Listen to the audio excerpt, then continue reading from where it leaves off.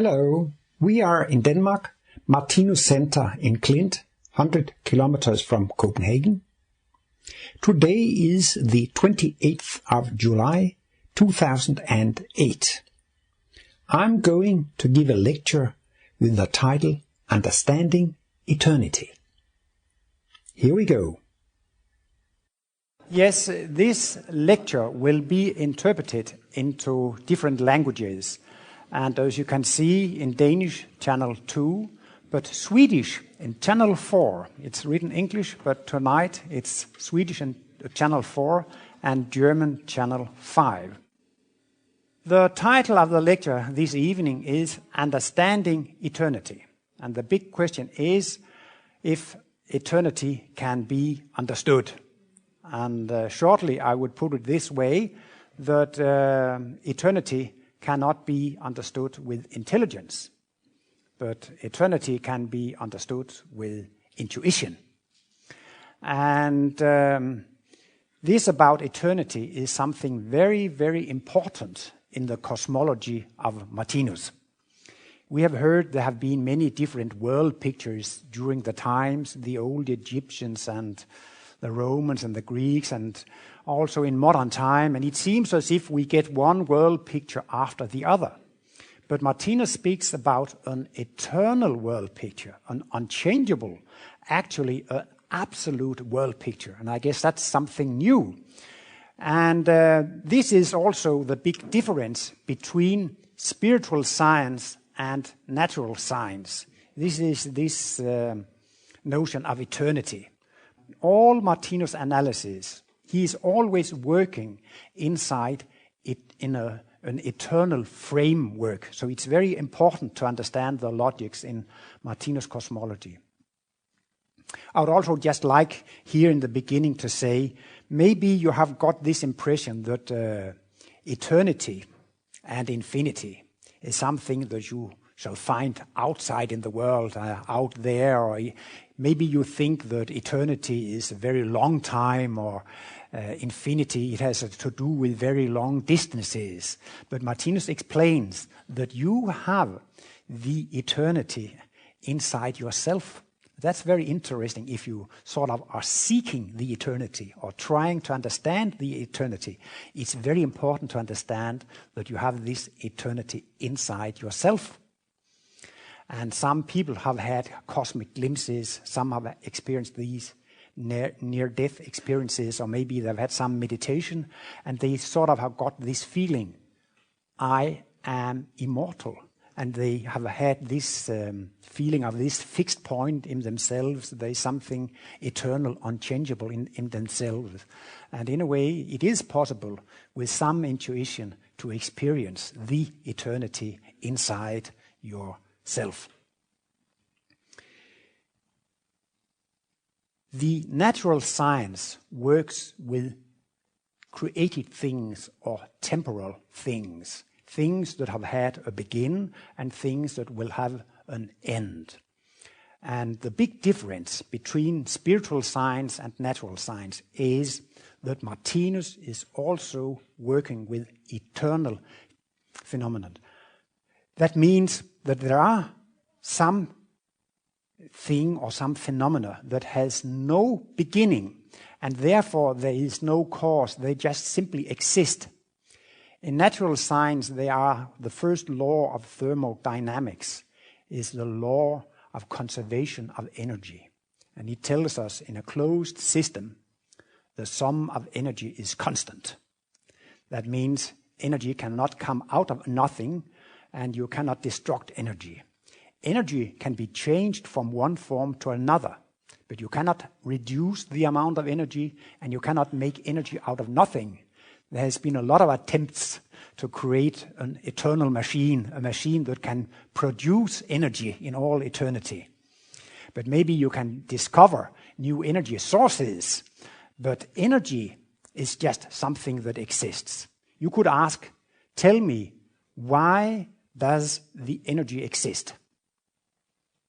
And Martinus' answer is, it just simply exists. It merely exists.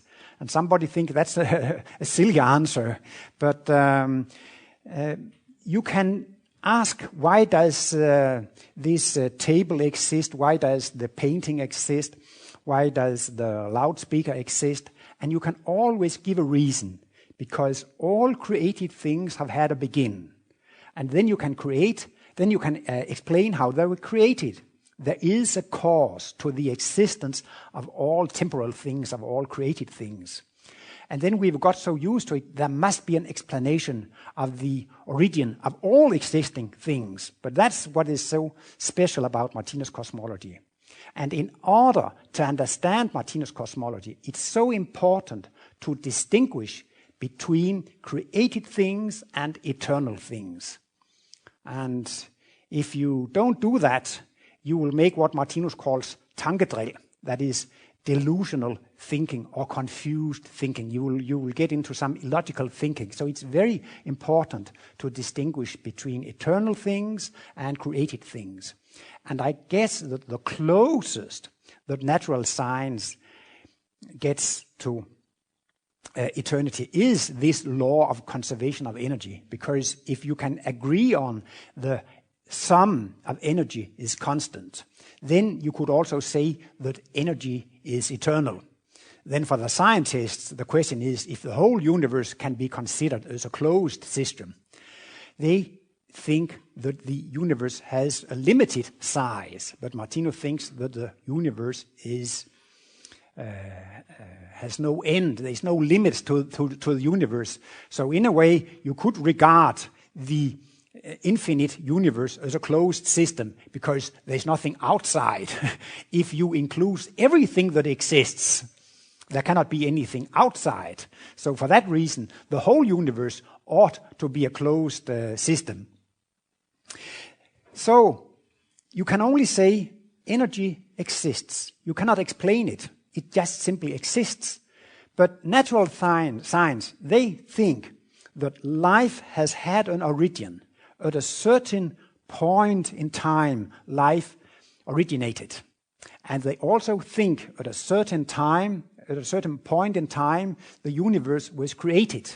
So they think the universe was created, life was created. They regard the whole universe and life as a temporal thing, as a created thing. But Martinus regards the whole universe and life as eternal phenomena.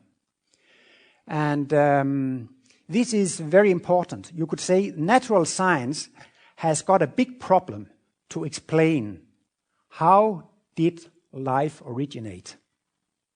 How was life created? They have still not given a logical explanation of how dead molecules turned into molecules with consciousness. How the dead physical matter turned into a living being with consciousness. It has not been explained yet. And Martinus don't think they ever will explain it. But I mean, the natural science is not so perfect. It has still not done its job fully because we are still missing this explanation. How can consciousness come out of something dead? You could also say that consciousness is the same as the ability to manifest, the ability to create, and the ability to experience. And this is a very special phenomena that you can act, you can manifest yourself, you can experience. When did this phenomena begin? When was it created? And it's really difficult to explain how this can come from some dead matter. But Martinus simply thinks that life eternally exists, that also consciousness eternally exists. Life is just something that is. There is not more to explain from the side of Martinus. I mean, if you say the sum of energy is constant, the energy is eternal. What more can you explain? There's not more to be explained because there's no cause. It's just simply something that exists. And you could talk about what is real. I think what is real is that life exists. I am a living being. Everybody can say that. That is the reality. And then Martinus tries to explain how life is constructed, how life works and how life can be experienced. So Martinus has just to explain this eternally existing phenomenon. And Martinus can sort of agree with natural science, or opposite, that energy is something eternally existing. But Martinus thinks that consciousness and life is also eternally existing. It cannot be explained because there is no cause. And Martinus has tried to describe the structure of the living being. And here we have a symbol on the wall. This is symbol number 6 from the Eternal World Picture 1. And then he has divided, in his explanation, he has divided the living being into 3 parts. But he says the living being is an undividable unity. You cannot separate. The living being is a unity. The living being does not consist of 3 parts. There is only one part, one unity. But if you have to explain how life is working, you have to give an explanation. And this explanation Martinus calls an analysis. So in the analysis, you can divide a living being into 3 different parts. And he talks about the creator, the creative power, and the created result. And he also talks about X1, X2, X3. So the white triangle on the top, that is the creator, or the self, the I, or X1. And the part in the middle with the violet color, this is the X2, this is the creative power, and also the ability to experience life. And part 3 is the created result. So Martinus has to start his analysis somewhere, and then he starts with that, what exists, and what actually is existing. Martinus says that there are a lot of contrasts. Something can be warm and something can be cold. A thing can be green or red. You can be happy or unhappy. You can only experience one thing if you have experienced the opposite. How would you know if you were happy, if you have not been unhappy before? How do you know it is very hot in this lecture hall tonight? How do you know that it is hot? Because you have experienced when it was cold. So you can only experience one thing if you have experienced the opposite. All life experience is based on contrasts. And actually, we have such a cartotheque of life. We have all our memories. Each time when we make an experience, we compare to all the previous experiences. And then we can decide if we are happy or unhappy, if it's cold or... But if you take all the contrasts together, they will take each other out and there will be nothing. If you take +1 and -1 and put them together, you will get a 0. If you take +17 and -17, you will get a 0. If you take an electrical charge with a charge +1 and put it together with a charge of -1, they will also become 0. So every time when 2 contrasts are meeting, the result will be 0. So that Martinus say what exists, that is the divine something. That's the only thing that exists. But it contains all contrasts. But you cannot experience everything at one moment. You cannot be happy and unhappy at the same moment. It cannot be cold and warm at the same moment. So you cannot experience everything at one time. But you can experience the different contrasts on different times. So in order to be able to experience this divine something, Martinus talks about what exists objectively seen. That is the divine something that contains all contrasts.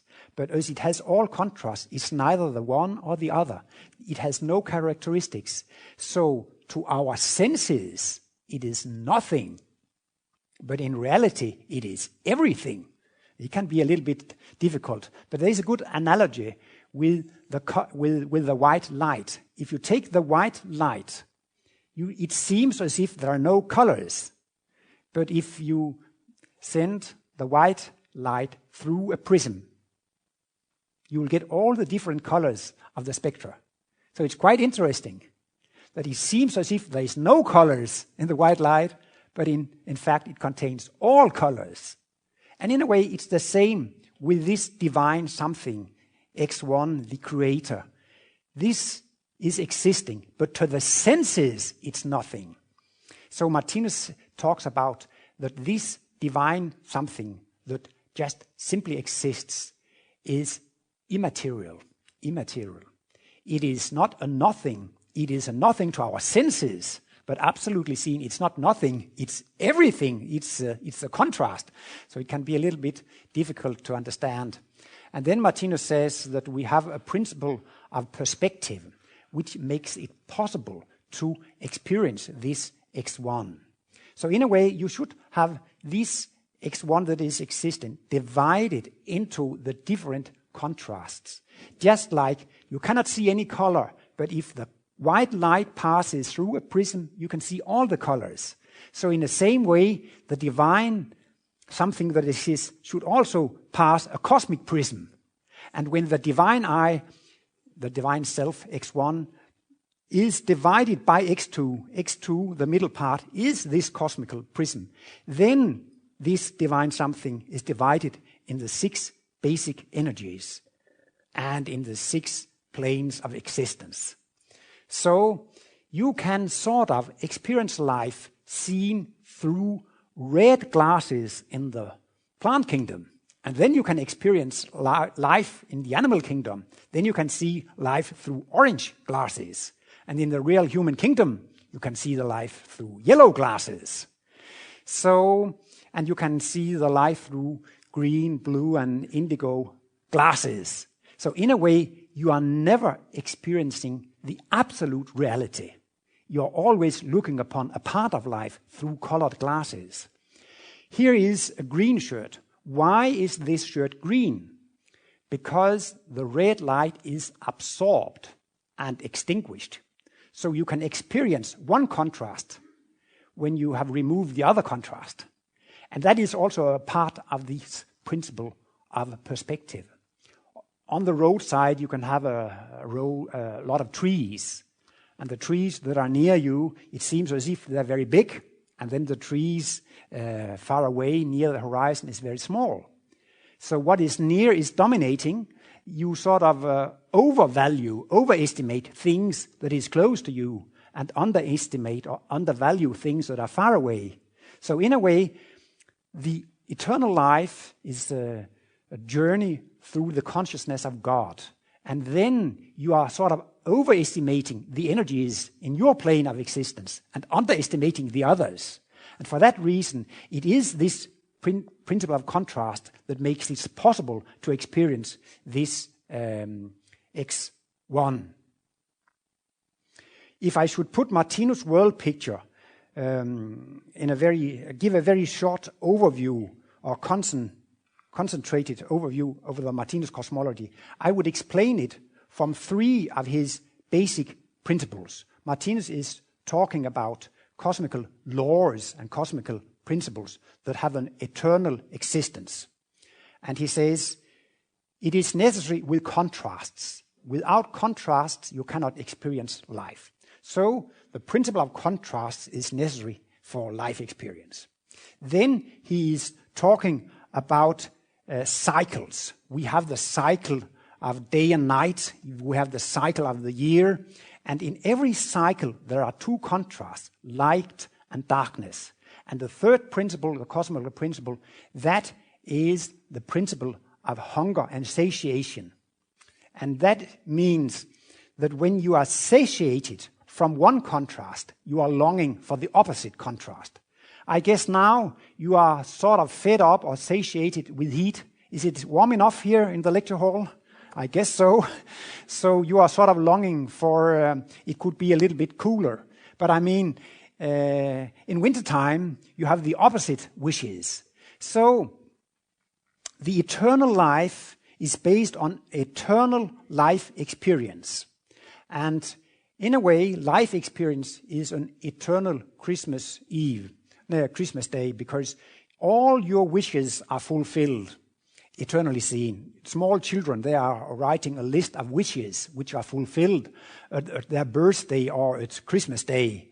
But in a way, and it's fantastic for the children. I still remember how difficult it was for me to sleep the night before my birthday. I was thinking all the time of all the presents I should have. So that was really a big thing to have all these presents given that I wished. But it's so inspiring. The eternal life is an eternal fulfilling of wishes. When you are satiated from one contrast, you are longing for the opposite. Martinus also speaks about you can see life from two perspectives. You can see it from an eternal point of view and from a temporal point of view. If you see life from an eternal point of view, it doesn't change. Because if it's eternally the same, it doesn't change. Also for that reason, Martinus says, in this I that is eternal, there is no changes. If there could be one single movement in this X1 or Xi, there was one movement, then there had been a change. Then it was not the same. Then it's temporal. Then it's not eternal. So if a thing should eternally be the same, there cannot be any movement. It must be absolutely still. There can be no changes there. So from one point of view, the eternal life is sort of monotonous because you are experiencing light and darkness, light and darkness, light and darkness. But the thing is, when you're satiated with one contrast, you are allowed to experience the opposite. So, for that reason, the driving force in all evolution is your own wishes. You are not pushed through the cosmic spiral cycle. You only develop because you want it or you wish it yourself. And in order to have an eternal life, it is also necessary that you for all eternity have access to both contrasts. In Buddhism or Hinduism, they are talking about an eternal nirvana, and in Christianity, about an eternal paradise. But Martinus thinks that Buddha and Jesus, they were cosmic conscious, and they knew much more than they could tell. But for the people who lived at that time, it was enough to talk about a local goal in the evolution, that you should go to paradise. But Martinus explains you cannot experience paradise for eternity. In the beginning, you can remember the physical world, and then you can appreciate paradise. But as time passes by, according to the principle of perspective, the darkness gets smaller and smaller and smaller, and then there's only light, and then you would be blinded. So for that reason, it is necessary to have access to both contrasts for all eternity. You could also say, in a way, that the eternal life has an eternal breath. You're breathing in and breathing out. Or you could also say, just like with your heart, the eternal life has a pulse. The heart is pumping the blood around, and it is expanding and contracting. So in the same way, you are also you could say you are breathing in spiritual matter and breathing out spiritual matter. Or you could say you are breathing in light and breathing out light. It seems a little monotonous, but that's because this is the analysis seen in the eternal perspective. But in the temporal perspective, it looks from another point. But the eternal life is an eternal journey towards the light. Because when you are satiated from one thing, you experience it as darkness. And when you are longing for the thing, it is in front of you and it is light. So also when living beings from the spiritual world are going into the physical world, they feel it as paradise because they are longing for the physical world. I guess the human beings on planet Earth today, they are sort of satiated with the animal kingdom and are longing for the spiritual worlds. So for that reason, when we are longing for the spiritual worlds, it's difficult to understand that some are satiated with the spiritual world. But nonetheless, that's the way. So eternal life is wonderful because your own wishes are driving you forward and all your wishes are fulfilled. I would like to show one symbol by Martinus, and if I could have some help. Yeah, I had been thinking of another symbol, but life decided that it should be this symbol. Thank you very much. This is the very first symbol that Martinus has drawn. It's just simply a triangle. And as I said, Martinus, in his work, explains the construction of life and the function of life. And in this explanation, he has divided the living being into three parts. He is speaking about a triune principle. And you could say the living being consists of x1, x2, and x3. So for that reason, in Martinus' symbols, the triangle is the symbol of the living being. But in another way, it's also a symbol of x1. And here he has written a short explanation to this symbol. And the reason why I'm showing it is that Martinus introduced a new concept or new notion 2 years before he died. He started to write about 0x. And that's Martinus was writing a book with the title The Third Testament. And the last 10 years he worked on that book, and he did not really finish the book. But before he died, he changed his mind and decided that the Book of Life in 7 volumes should be published once again in a public publishing house, Bogens Publishers. And now, for the first time, under the title, The Third Testament. And Martinus signed the contract with the publisher. But Martinus passed over in March 81, and the book was published in November 81. Half a year after Martinus' death, this book, The Third Testament, was published. So he didn't see it himself. But for that reason, that book could not be called The Third Testament, because he decided not only the Book of Life, his whole work should be the Third Testament. And then he had also called this book The Intellectualized Christianity. The Intellectualized Christianity. Martinus thinks that in the beginning, yes, Christianity was a world religion. But when you introduce the eternity in the Christianity turns into a science. Because yesterday we heard an excellent lecture from Magdalena Rosell, who was talking about what is science, what is spiritual science, what is natural science, and is there something like an absolute truth? And there are many different opinions about that. And there are many criteria. When is a thing a fact? When is it real? When is it proven? When can it be accepted? And there are some modern philosophers who think that a thing or a phenomenon is true, an explanation, a theory is true if it makes sense. If it makes sense. I myself have been occupied a lot with intelligent design and this theory of creation.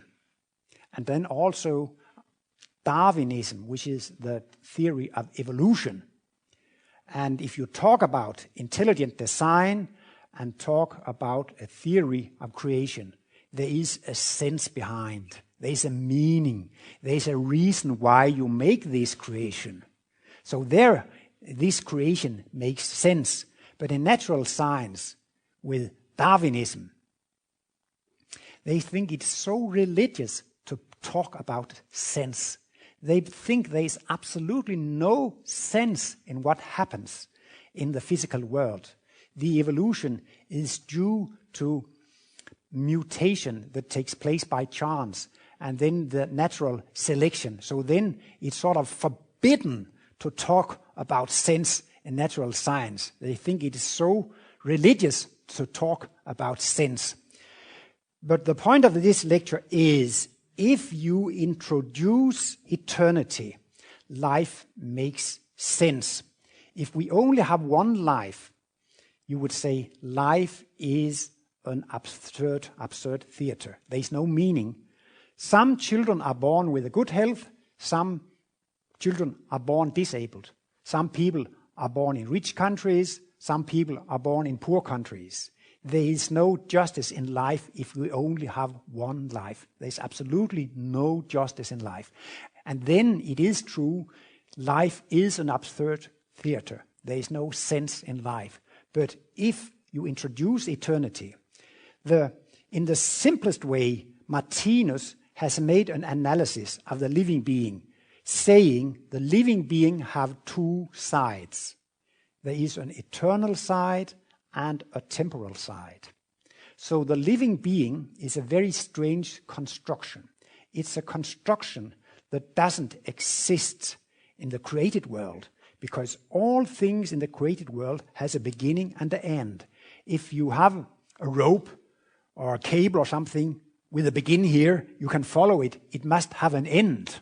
Everything that has a begin here in the created world has an end.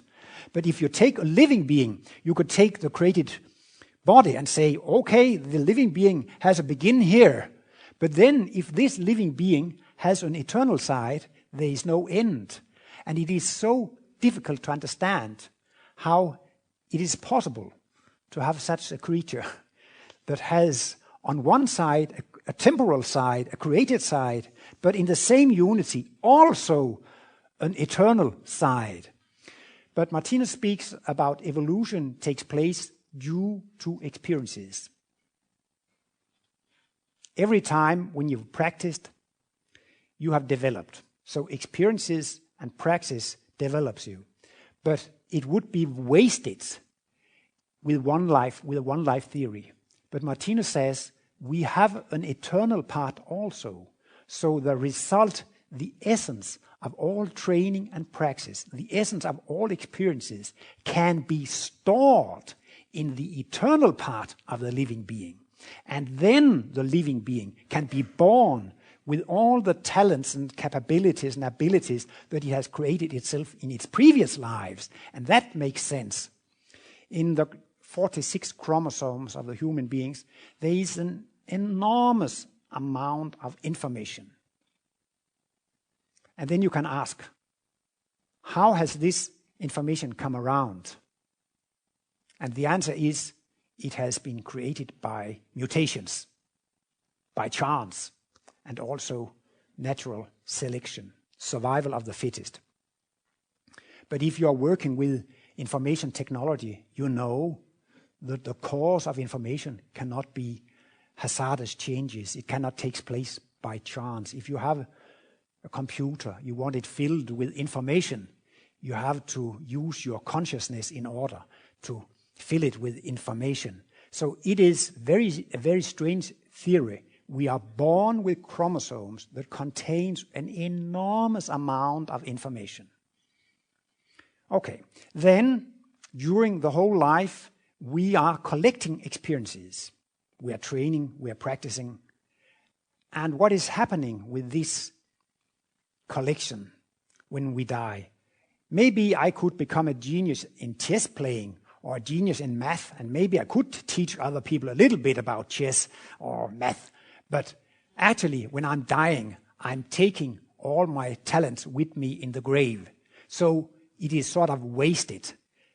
That means all the information that you collect during your lifetime is wasted. It disappears in the blue air. So isn't that a very strange theory? You start life with an enormous amount of information in your genes. Where does this come from? Out of the blue air. And when you die, what happens to all the information you have collected your whole life? It disappears in the blue air. I guess that is two totally absurd theories. But it makes sense if the living being is eternal. If the living being has a part that is eternal, then you can store all these talents in the eternal part of the living being. And Martinus explains that we have this X1, which is the self, the X1, the creator, and the second part, the X2, which is the creative power, these two parts are eternal, and only X3 is temporal, is all things that you can experience. You will experience them in X3. Or if you look at the symbol here on the wall, you can say X1, the divine something that exists, can be experienced in X3. X3 is the world of movements, and that is where you are experiencing the things. But you see, there are some round crops in this violet area, and that is the talent kernels. So the results of the experiences can be stored in the eternal part, and then it makes sense. So in a way, Martinus talks about a gradual evolution. Then you might conclude, oh, then Darwin is right. The Darwinists are right, because Martinus is also talking about a gradual evolution. But Martinus is also talking about evolution only takes place thanks or due to the consciousness. So there is also a consciousness behind the evolution. And in that way, it's also true, sort of, that the creation of the bodies is a result of intelligent design. It's a result of consciousness. So both parts have partial true explanation. But Martinus has the total overview and can show, yes, there is something with consciousness in the evolution. Yes, the evolution takes place gradually.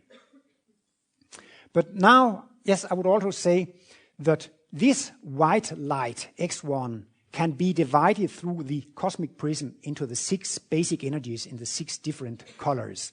So everything that exists in X3 is temporal. All creative things are temporal. So the whole X3 is eternally changing.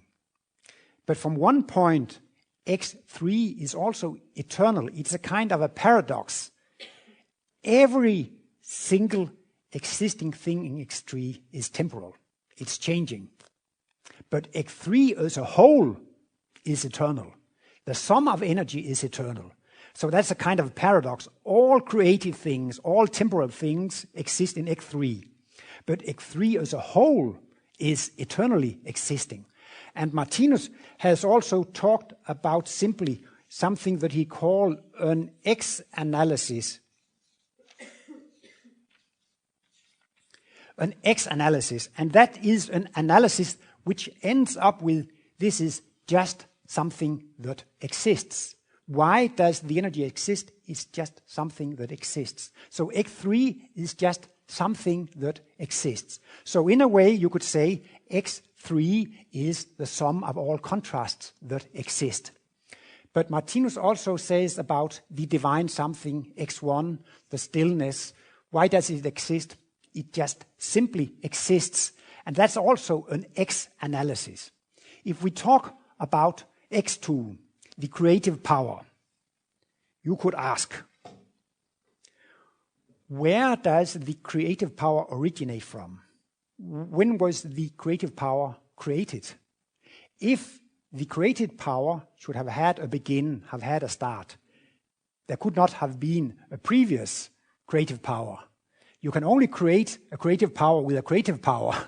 So for that reason, you can understand the creative power must also be eternal. It must also have an eternal existence. Why does the creative power exist? Why does X2 exist? It just exists. So that means for X1 and X2 and X3, you can say it's just something that exists. So in a way, X1, X2 and X3 as a whole have the same analysis. It's just something that exists. And now it was quite interesting that Martinus, when he was writing this book, the Third Testament, the intellectualized Christianity, at the end of the book, it was in paragraph 134, 135, to our big surprise, he introduced a new concept, a new notion, 0x. And in a way, he described this 0x as something that exists, as the immaterial that exists. or the eye of the universe. And now I make this equation. That is my understanding of Martinus' use of this 0x. In a way, 0x is x1 plus x2 plus x3. Does that make sense? If you take x1, x2, and x3, what would you get? You would get 0x. But actually, I think previously in his literature, Martinus had used this equation. And I guess most people here would think that's illogical. x1 is the same as x1 plus x2 plus x3. You think that's nonsense. Such an equation cannot be true. But in a way, what is written on the left side is just something that is equals something that is. Because these are only x analyses. The result is only something that is. But to some people, it was quite nice if you could have these two notions. So in a way, it was interesting that Martinus introduced the 0x. You could also talk about the initial emptiness. There is a lecturer and a writer called Per Bruus Jensen, and he has written a book in Danish, I begyndelsen var tomheden. And maybe you could translate it into the initial emptiness. And some people think it is a stupid title because the eternal life has no beginning. So it's stupid to talk about something initial as if it had a begin. And emptiness, that is nothing. But here you have to understand that if we are talking about a begin, it can be a beginning in time. When did the summer begin? When did this center begin? You have a beginning in time. That's one thing. But another thing is the begin of an analysis. So there is also sort of a logical begin. When would you start your analysis of life? Where should you start the analysis of life? And then Martinus says he starts his analysis with the divine something that exists. That is the sum of all things that are existing. And then you sort of get something that is immaterial. And that would be what we could call 0x. 0x exists before we have started the analysis of x1, x2, and x3. Because x1, x2, and x3, there's three analyses. But what was before you started to analyze? And that is sort of the initial emptiness. Before you start, there is only this initial emptiness. Not a beginning in time, but the beginning of the analysis. And I show this symbol because it was the very first symbol that Martinus has drawn. And he speaks about the causeless cause, or the first cause, or the something that is making this triune principle. And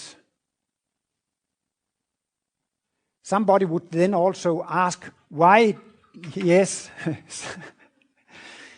people know from my lectures it's pretty bad when I'm starting to look at the clock because time is running away and it's so hot here.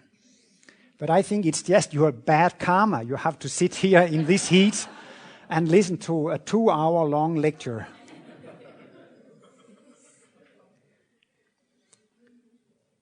Somebody has also asked, why didn't Martinus write x0? I mean, you have x1, x2, x3. Why don't you write x0? But Martinus has made an analysis of 0. And he has made an analysis of the whole number system. That is the last 50 pages of third volume of Livets Bog. And there he has made a lot of analysis. You could say the numbers. We have sort of 10 letters. 0, 1, 2, 3, 4, 5, 6, 7, 8, 9. Yeah.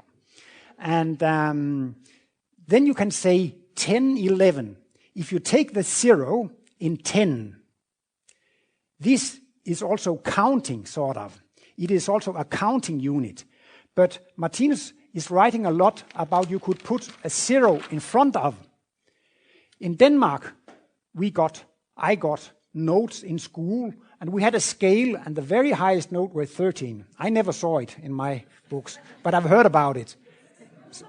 So this is the top notes you could get in the Danish school. And then we had 2 very bad notes that were 3 and 0. But I mean, if you should go to your parents and show your notebook, couldn't you be tempted just to put 1 in front of the 0? Then it looks as if you've got 10. Or even if you put 1 in front of your 3, if you got the bad note 3, just put 1 in front of, and then you've got the very best note. So you could be tempted to cheat, or even if you have got a nice diploma for your education. So in order to stop this, you always wrote the note 03 or 00. And many people thought it looked very strange. But in a way, Martinus thinks you ought to write a 0 in front of all.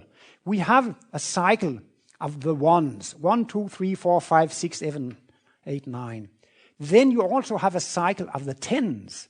10, 20, 30, 40, 50, 60, 80, 90. And then you come to the cycle of the hundreds.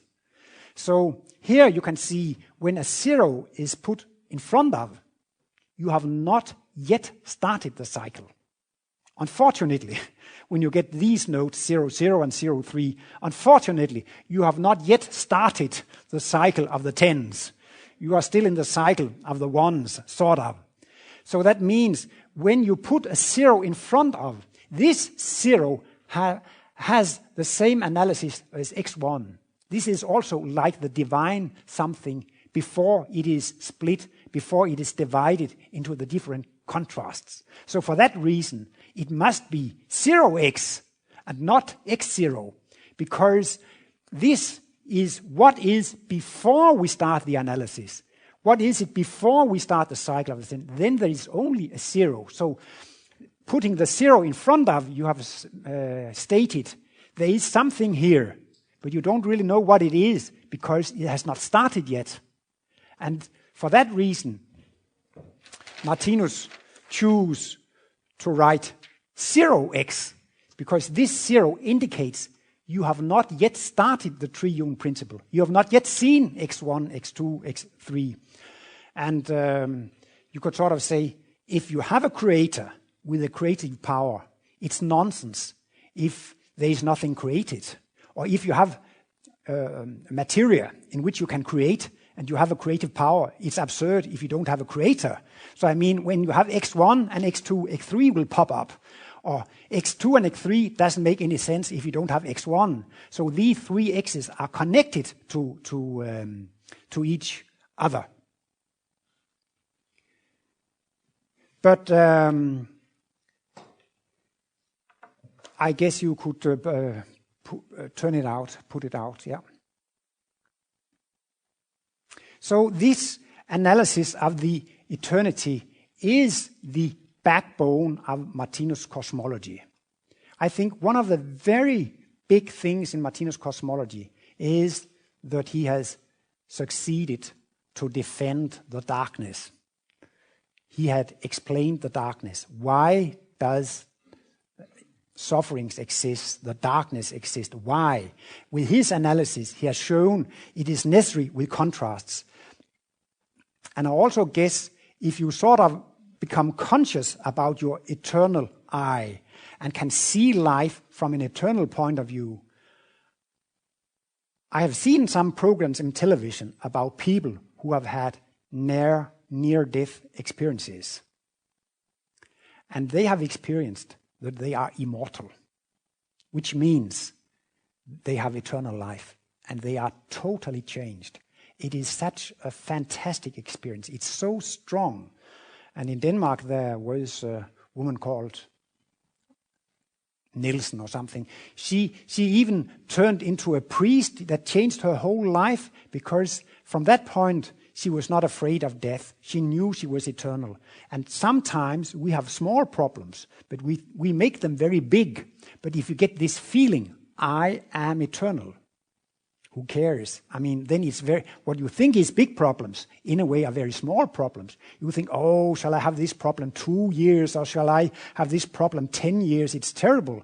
But if you get this feeling, I am eternal, you might even see a life, that's just 1 second, that's nothing. And also, if you think the world is unjust, if you're rich in one life, maybe you will become poor in another life. I mean, if you can see the whole life in the light of the eternity, you can see its justice all over. So, due to these analyses of the I which exists eternally, you can understand. And for that reason, Martinus could also conclude that everything is very good. There is something that is very unpleasant, sort of something very bad. But he justifies it because if there was no contrasts, there were no life. It is an advantage for the living being with light and darkness. If you took one contrast away, there was no life. So absolutely, it is an advantage for living beings with contrasts. So, and darkness is the same important as light. Unhappiness is the same important as happiness. So you have to have both contrasts. So there are unpleasant things, but they are good. And on a shorter term, as you heard in the lecture this morning, the result of sufferings are that you develop your body of feeling. If you study at university, you can improve your intelligence through studies. But can you also improve your feelings during studies? No, life has to be felt in order to develop your feelings. And the result of all the sufferings, the result of experiencing all the unpleasant things is compassion, humanity, and neighborly love. So in that way, Martinus can defend the existence of the darkness. And lastly, I would say, why do we need these very theoretical things? I think they are necessary in order to understand that life is 100% just. It can seem very theoretical, but one thing that is very important, that is that this divine something is in all living beings, and the whole universe is also a living being. So the I, the divine something in all the single individuals, makes the I of the whole universe. So God's I as a self, or the I of the whole universe, is made by all the single individual, the eyes of them. So in a way, if I say about an Almighty, he's a zero, he's nothing, you wouldn't say that if you really understood, I have an eternal I and he has an eternal I, and they are melting together, they are merging together to the same I. This feeling of oneness is a consequence of these analyses of X1. Martinus has made that an analogy. If you take a strong light and then you have a ball, a shell around, and if there's a lot of small holes, you will see a lot of individual light beams. So in a way, there is a lot of individuals, but in a way there is only one light. So it is a kind of a paradox. How is it possible that the universe has an I, a self, and it is the only I? There is only one I. But on the other side, there is a lot of individuals that also have an individual I. But maybe you can get this analogy. In the center, there is only one light, but this one I is divided into a lot of individual light beams, into a lot of individual eyes. And in the same way, it is this X2, which is the same cosmic prism that can divide the eye of the God in many individual eyes. And it's also the same that can divide the divine something in everything that exists. So hopefully these analyses of X1 could make you feel one with all other living beings and one with God. Thank you for your attention.